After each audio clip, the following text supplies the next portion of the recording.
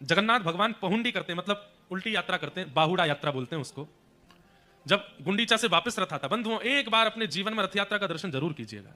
आप ये सोच लीजिए त्रिलोकीनाथ ब्रह्मांड नायक भगवान स्वयं रथ पर आरूढ़ होकर के पूरे विश्व को दर्शन देते हुए चलते हैं महाप्रभु जगन्नाथ जी। एक बार अपने जीवित अवस्था में, प्राण निकले उससे पहले, महाप्रभु जगन्नाथ जी को नंदी घोष, उनके रथ का नाम है नंदी घोष, उस रथ पर दर्शन जरूर कीजिए। उसका कितना पुण्य बताया गया। और उससे भी ज्यादा पुण्य महाप्रभु जगन्नाथ जी रथ से चल करके जहां जाते हैं गुंडीचा, वहां दर्शन करने का पुण्य तो उसका तो वर्णन ही नहीं कर सकते, कितना पुण्य है। तो इस बार मैं दर्शन करने के लिए गया। स्कंद पुराण में नारद जी महाराज जी ने पूछा व्यास जी से कि भगवान का जो ये जगन्नाथ विग्रह है, ये तो लकड़ी का है, दारू ब्रह्म है, लकड़ी को दारू कहते हैं, दारू ब्रह्म है जगन्नाथ जी, लकड़ी के हैं। लोग ये विश्वास कैसे करेंगे कि ये साक्षात परमात्मा है?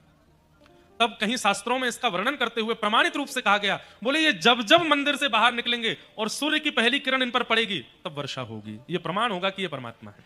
तो मैं गया दर्शन करने के लिए।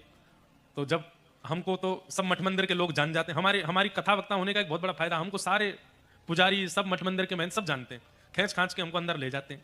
तो वहां ऐसा नियम है कि जब जगन्नाथ जी, जहां कैमरे नहीं जाते वहां की बात बता रहे हैं, जगन्नाथ जी मंदिर से निकलते हैं तो वहां पर जगन्नाथपुरी में जितने मठ हैं सब मठ के आचार्य लोग अपने यहां से प्रसादी बना के लाते हैं और महाप्रभु जगन्नाथ जी उनकी तरफ बस ऐसे मुंह करके देखते हैं, सबका प्रसाद स्वीकार करते हैं। तो एक मठ के महाराज जी ने हमको अपने पास खड़ा कर लिया, बोले जगन्नाथ जी सबसे पास में यहीं से दिखेंगे, आप खड़े हो जाओ।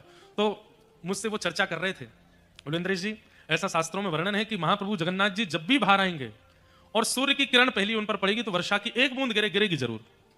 मेरे मन में ऐसी भावना उत्पन्न होने लगी कि लाला तू हमारे ब्रज को है, कहीं अब के बाहर आयो वर्षा नहीं भई तो हमें तो ना कट जाएगी यहाँ से।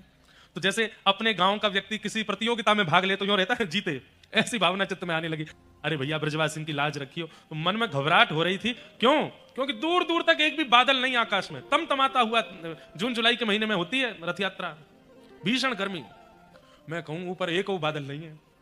और वो विजय घंट बजाते हैं वहां पर जब जगन्नाथ जी चलते हैं ना, तो ऐसे पंडा पुजारियों के कंधे पे हाथ धर के वो अनुभव कैसा है मैं क्या बताऊं, रोंगटे खड़े होते हैं स्मरण करके। तो सबसे पहले मंदिर से बाहर आते हैं सुदर्शन जी, सुदर्शन जी बाहर आए, उसके बाद आती हैं सुभद्रा जी और फिर आते हैं बलराम जी, और तीनों निकल के चले गए, वर्षा नहीं भाई। अब आई जगन्नाथ जी की बारी, और जगन्नाथ जी जब आते हैं तो भीड़ भी बहुत हो जाती है, और मैं कहूं एक और बादल नहीं है, एक और बादल नहीं है। अब मुझे बादलों की चिंता ज्यादा कि बरसे को तो सही, ये प्रमाणित होना चाहिए कि ये परमात्मा है।